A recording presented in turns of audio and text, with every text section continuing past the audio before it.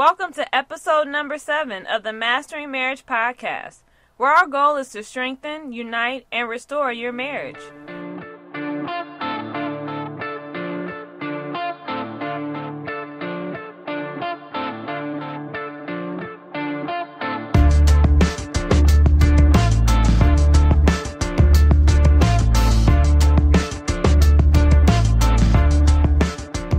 Hi everybody, my name is Amanda Taylor, and together with my husband David, we are the co-founders of MendOurMarriage.com, and our goal is to break the back of divorce by bringing married couples together to be accountable, keep the passion alive, and expose the hidden issues that try to rip marriages apart. All right, let's go, y'all. Hey guys, welcome back. Welcome. I know we took a brief hiatus. We had some things come up and we had to attend to those, and we're back. And this is episode number 7 of the Mastering Marriage podcast. And so hopefully you guys had time to catch up to episodes number 1 through 6. If not, pause this or actually stop this and go and listen to the other episodes. Then come back and hang out with us on episode number 7. But anyway, before we get started with the listener's question today, I messed that one up. With the listener's question today, I would like to let you guys know that this episode is brought to you on behalf of MendOurMarriage.com. And we would like to let you guys know that we have tons and tons of resources on the website, blog posts, podcasts, like the ones you're listening to now. We also have an excellent membership community. And our community is made up of 3 different packages where you can get just the videos that we offer all the way up to weekly coaching and counseling with us. So feel free to take a look at those. You can go to the website at www.mendourmarriage.com/membership. And that will give you access to the information so that you can choose which one would be a best or the best investment for your marriage. Okay, so now that we're done with that, let me let you guys know what we're going to do today. So I'm going to read a question. Or actually, Mandy, you want to read the question? That's fine. Mandy's going to read the question because she enunciates it better than I do. Pronounces words better than I do. But anyway, we're going to read the question. And this question is a little different, but we'll talk about what makes this question a little different once we're done reading it. So, Mandy, go ahead and read it, and then we'll get back with you. Okay, here we go. What do you do when you have absolutely no physical attraction to your spouse? I found myself avoiding sex for the longest, and when I do indulge, I do it solely for him. And I try to get it done as fast as I can without him realizing that's what I'm doing. I really want a divorce, but I'm not financially stable enough to do so. He deserves to be happy, and so do I. Yeah, so this is a loaded question. Yes, it really is. And we kind of debated whether or not we should read it because the person is overtly saying they want a divorce. Right. But we figured that this question or the type of issues that's going on in this question is pretty common. You know, in terms of attraction and losing attraction towards your spouse. And so we're gonna say that we're gonna answer this question, but we're gonna give a clause to it. And the clause is this: the things that we recommend will only work if you're interested in saving your marriage. Exactly. And so this person who asked me this question, I'm gonna email this to you when we're done. And I'm saying this specifically to you, but also to everybody else who's listening. This information, these resources will only work if you're interested in saving your marriage. So if you're trying to find a way out and the only thing that's stopping you is financially, being able to do it, then this is not going to work for you. So you have to really be serious about mending your marriage. That's what we're here. Yeah, no pun intended. What we're here for. And so just know that these answers of the questions that we're answering, the information is only going to work if you're interested in saving your marriage. So with that being said, let's talk about some tips first before we get into the things that we want to give you, the steps to help you get that attraction back. And I'll start with this first one. And it's kind of going off of what I just said. You have to have a divorce is not an option mentality. You literally, when you're married, you have to have that mentality. You can't have divorce as an option because if it's an option, it's an option. Right. And it'll always be an option. Right. And you can't say, okay, this is one of the options that we can use when deciding what to do with this marriage. No, divorce has to not be an option. It can't be an option. What do you think, baby? I agree. unless you fear for your life Yeah. or you feel like, you're fearing for your children's life or something Exactly. like that. Marriage is hard work. Yeah. And so, if there is a chance to be able to work on things and reconcile, then definitely that should be the first and foremost action that you should take. Yeah. Yeah. Give your marriage an opportunity to succeed. Give your marriage an opportunity to grow. Give as your well. marriage an opportunity to experience love. Yes, yes. I thought you was going to go with another one of those. Oh, but no. hey, I did. No. But no, I mean, we're laughing, but this is a serious matter because Mandy and I were there, and I wrestled with the same issue on a similar issue regarding attraction, but it was not physical because my baby bad. It was more of an emotional chemistry thing that we were struggling with. But nonetheless, I still at that time had divorce as an option. Right. And I had to close that door completely in order to move past that door. Mm-hmm. As long as it's open, it'll suck you to it. And you can't have that door open and expect to fix your marriage. Exactly. Yeah, so just remember that. What's the second tip, baby? Well, the second tip is you can't put physical attraction and love for your husband on the same page. Ooh, that's good. Because love is a choice. That's good. So just think about it like this. Well, first of all, I know when you got married, you were physically attracted to your spouse. But think about it like this. If something happened, like some type of freak accident or some type of tragic accident, and they were no longer able to be physical with you, would you leave them? That's a good question. So you have to think about that. It has to be deeper. Yeah. It has to be deeper, and we have to choose to love our spouses every day. Yeah. And there are going to be times in your marriage where both of you may feel like you're not physically attracted to the other person. And that's going to happen more than one time while you're married. Yeah. I always refer to the love stories and I say it's not going to look like The Notebook or Love and Basketball. You didn't see when they struggled. Mm-hmm. And a real marriage is going to have struggle. Yeah, that's good. So you have to, again, make that choice every day to choose to love and go with the changes and the ebb and flow of your relationship. Yeah. Both of you are going to grow. Both of you are going to like different things, change. as the years go on. Yeah. You might have liked it all, wild and bouncing off the walls when you first got married, and you might like it a little bit more, smooth and easy now. But you have to communicate those things to each other. Yeah, yeah. And people change, and attraction changes. And you have to know that going in. Right. Attraction will change.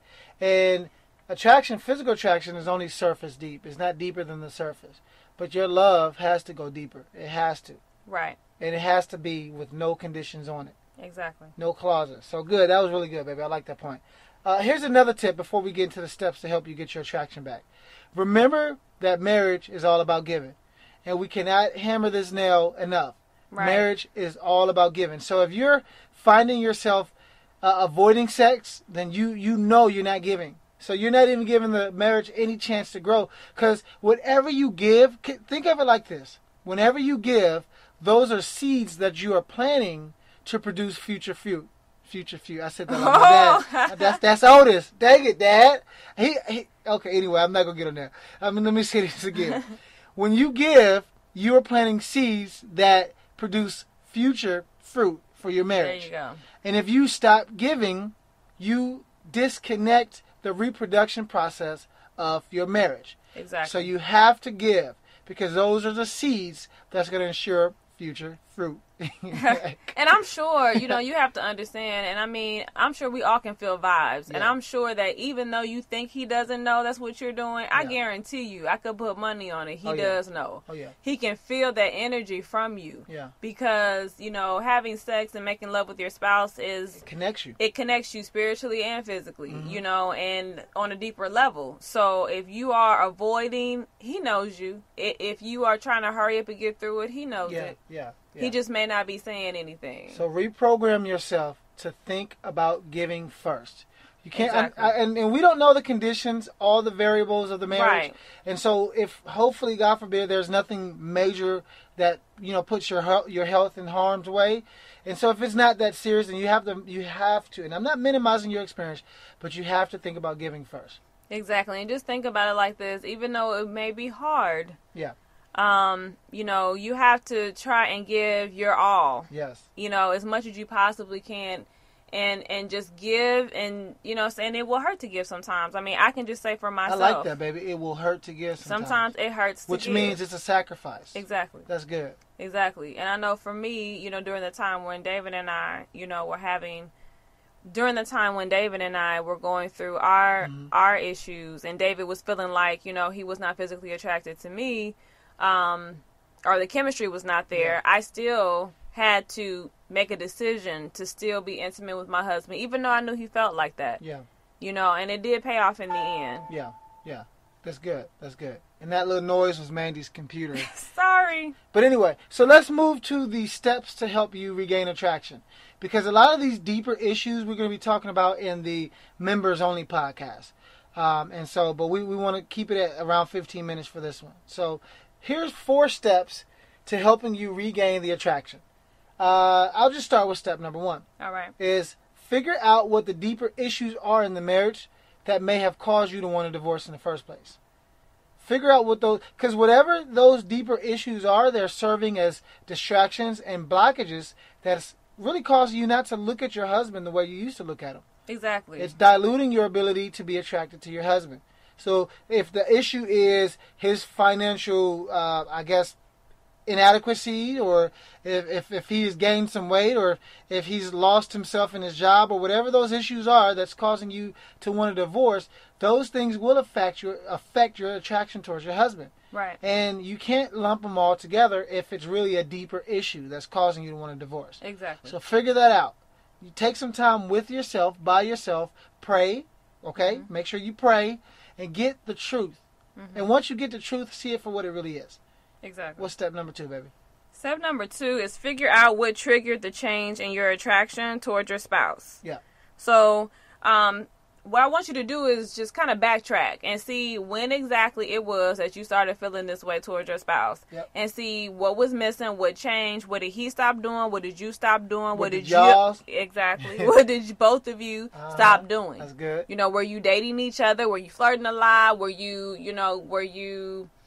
going out and just spending more quality time with each other? Were you working out together? Wink, wink. I'm sorry. I throw that in there.